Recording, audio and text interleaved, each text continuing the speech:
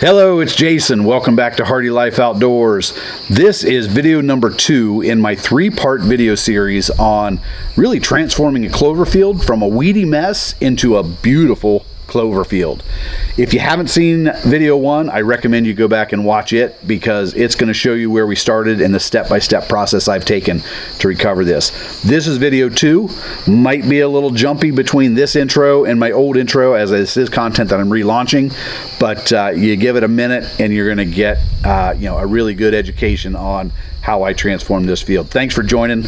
Let's get to the content. This is week 2 of my late summer clover plot maintenance series, and I just got out here this morning. It's a Saturday. It's about a week after I brush hogged this, and we've had a great week of cooler weather and rain. And I just got out here, and what I found in this field, I'm really, really happy with. When you hear people say, they talk about, do I need to spray? Do I need to mow? What do I need to do? This is a great example of what a little bit of mowing can do for you. This field, and again, it's the combination of the moisture, the temperatures, and the mowing that have allowed this thing to really bounce back. So I'm going to flip the camera around here, show you a little more detail of what's going on, but this has really bounced back and looks really good. So check this out. I mean, this clover really looks good. You can see I've got some ladino in here that is flowering, but as you look out across, all of it has done really well. Let me stand up here, give you a little bit of perspective. You can see that the tree line here is on the east. So a lot of this field gets good shade in the morning. So it really, if you get some moisture on it and cool nights, the clover really responds well. As you look around, this area out here gets less of that shade in the morning. It gets sun fairly early, and it hasn't bounced back quite as quick, but you can see there's a good deal of clover here. There's also quite a bit of grass. So while I am a big fan of mowing and using herbicide sparingly, and I won't say that my approach is not going to be to continue to use that herbicide sparingly. I am going to use some herbicide. I'm going to put some Imox on here in hopes of killing some of this grass back and any other broadleafs that I can. That what I'm seeing going on here is going to be a really nice clover field come late September. So with a little bit of work in here, we're going to have a great field. So this week is going to be Imox. Next week, I will do a little bit of overseeding, and I really don't see a lot of overseeding necessary, but I'll do a light overseed of it, and I think I'm going to try to hit it with some lime and a little bit of fertilizer next week as well. So let me get a little work going here, and I'll share what I'm doing with the Imox as I fill the sprayer. I just want to show you a little more of this. This is further over in the area where we get the shade and where this clover is really getting some good moisture. And I'm just thrilled with how this looks. You can see there's some grasses here. I've got some broadleaf in here. A little more broadleaf. I mentioned in my last video, I am not I'm not obsessive about having a field with nothing growing in it but clover.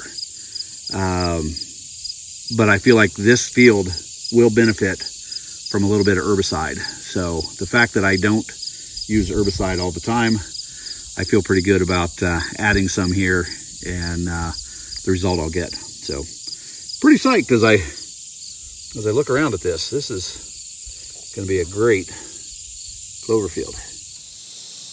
So I've got this sprayer filled up. It's a 40-gallon Fimco 3-point sprayer. And if you've seen our video before, there's a reason it's in the back of the side-by-side instead of on the back of the tractor. It's just not durable enough for the tractor. So we have found a way to use it by throwing it into the back of the side-by-side. I've got it full. I'm getting ready to add chemicals. And I know a lot of chemicals recommend that you fill it halfway and then add your chemicals. where I'm taking this to spray, I'm not concerned about it being mixed up. It's going to bounce around and be plenty well mixed by the time we get back there. So as I mentioned, I'm going to be putting Imox in here to treat the broadleaf and grasses in the clover field. And I've seen a couple questions from people about how much can I use. They recommend, I've got some notes here, for Imox not to use more than 1 gallon per acre per year. So there is an upper limit. But the interesting thing about Imox is it is generic of Raptor. If you look at the label for Imox, they recommend that you apply anywhere from 64 to 128 ounces per acre. If you look at the Raptor label with the exact same active ingredient, exact same strength, they recommend between 3 and 5 ounces per acre. So much less required than what the Imox label recommends. And I've heard that that's related to a lawsuit between Raptor and Imox. So I'm going to go with the Raptor label, and I'm actually going to do about 4 ounces per acre. So with 40 gallons, I should be able to cover about 3 acres back there. I tend to put down somewhere between 12 and 15 gallons per acre based on the speed that I'm driving. So we'll go ahead and put in 4 ounces per acre. Also going to add a anti-foam agent so that as it bounces around on the way back there, we don't end up with a foamy mess that's overflowing. And I've got surfactant, and I got to take a look again at my notes. The surfactant, it calls for 1 quart to 100 gallons. So I'll go with a little less than 16 ounces for this 40-gallon sprayer, and that should do it. So I'm going to go ahead and add the chemicals and head back there, do some spraying. I'll get a little footage while I'm back there and talk a little bit more once I get there.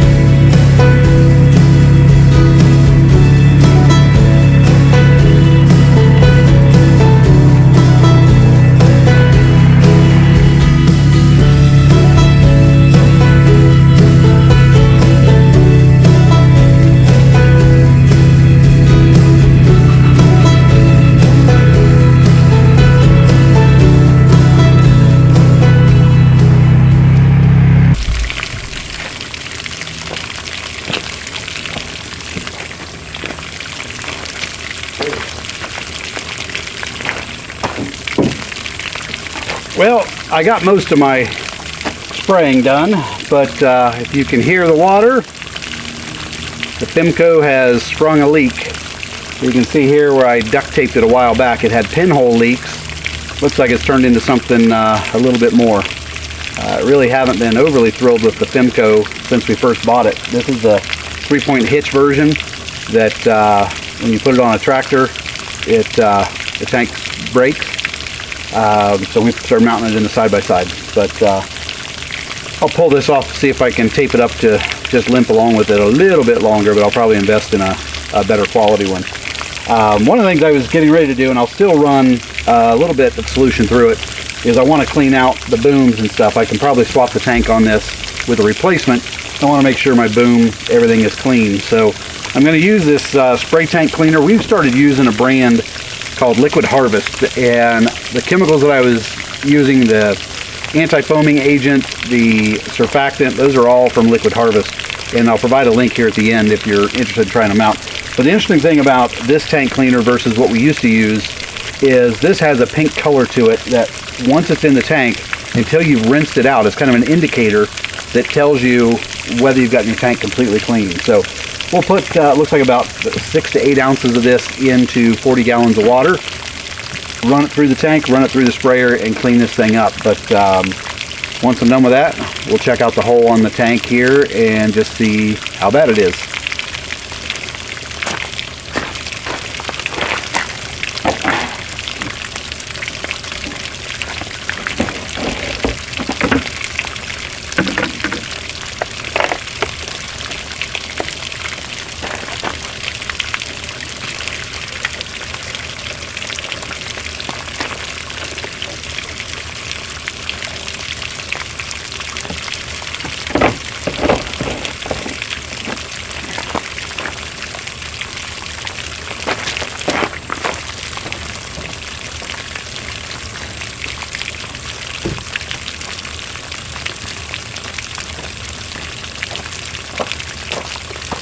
I hope this video was helpful.